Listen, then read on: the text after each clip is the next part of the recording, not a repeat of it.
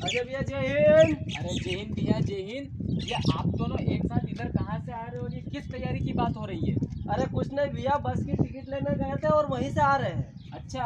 हाँ हाँ भाई, अच्छा हुआ आज ही मैंने शिमला घूमने के लिए टिकट बुक करवा ली है। बाद में टिकट बुक करवाने में बहुत समस्या आती है। सही है।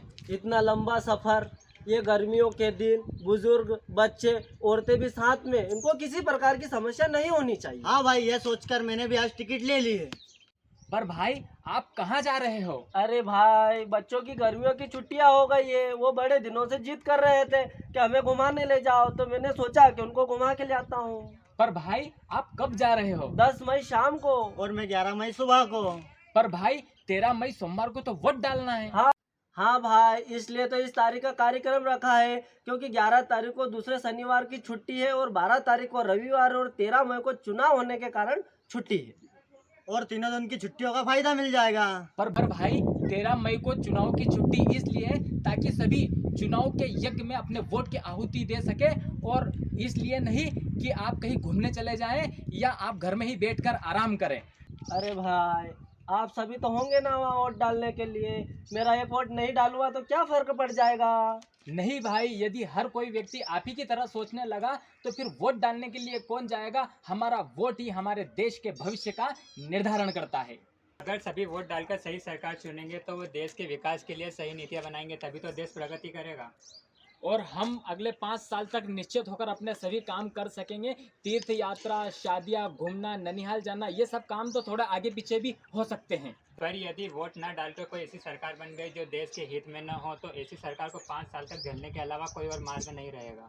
और 5 साल तक देश को भी कितना नुकसान हो जाएगा। वोट न देकर 5 साल तक सरकार को कोसने के स्थान पर 13 मई को वोट डालकर अपने जिम्मेदारी को निभाइए। बात तो तुम्हारी सही है, पर मैं तो वोट नहीं डाल सकता क्योंकि मेरी वोटर पर्ची नहीं आई है।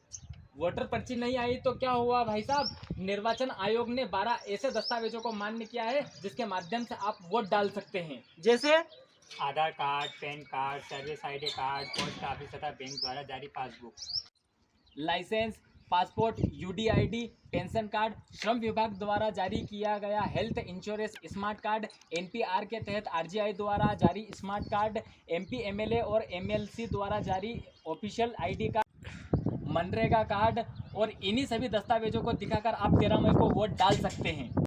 अब तो मतदाताओं को किसी प्रकार की परेशानी न हो, इसलिए चुनाव आयोग ने मतदान केंद्र पर बहुत सारी सुविधाएं उपलब्ध कराई है। जैसे टेंट की व्यवस्था, पानी पीने की व्यवस्था, व्हील चेयर की व्यवस्था, प्रसाधन कक्ष की व्यवस्था, और तो और बुजुर्गों के लिए घर से ही मतदान करने की व्यवस्था भी की। तो हमारा भी फर्ज बनता है कि 13 मई को अधिक से अधिक संख्या में वोट और मतदान करें। भाई, आपने आज बहुत अच्छी बात बताई। भाई ये तो बताओ, इतनी जल्दी जा कहाँ रहे थे? भाई मुझे भी शादी में जाना था, मैंने भी 12 मई का टिकट ले लिया था। मैं उसी टिकट को निरस्त करवाने जा रहा हूँ ताकि मैं अपनी मनपसंद सरकार बनाने में योगदान देकर देश की प्रगति में सहायक बन सकूँ। फिर सोचना कैसा, चलो हम भी आपके साथ अपनी टिकट निरस्त कराते हैं और अपनी गलती को सुधारते हैं। और 13 मई को हम सभी मतदान करते हैं।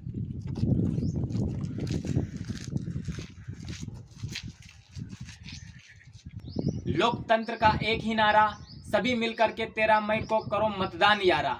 मार्च भी आया, अप्रैल भी गई, सभी वोट करें 13 मई। लोकतंत्र तभी हो महान जब जन जन करे मतदान। प्रजातंत्र का सम्मान 13 मई को आपका एक मतदान। मन में ना हो कोई भी खोट, 13 मई को देना है वोट।